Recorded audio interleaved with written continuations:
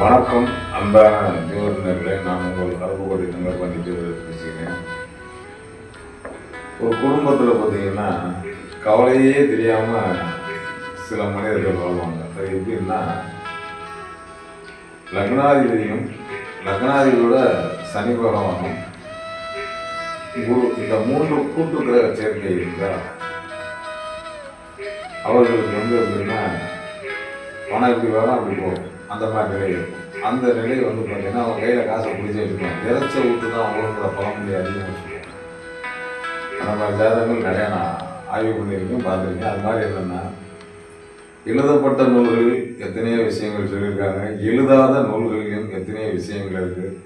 ஆகையால் கிரகத்தின் திசைகள் அடிப்படை எவ்வாறு நடக்குதோ அவ்வாறே பலன்கள்.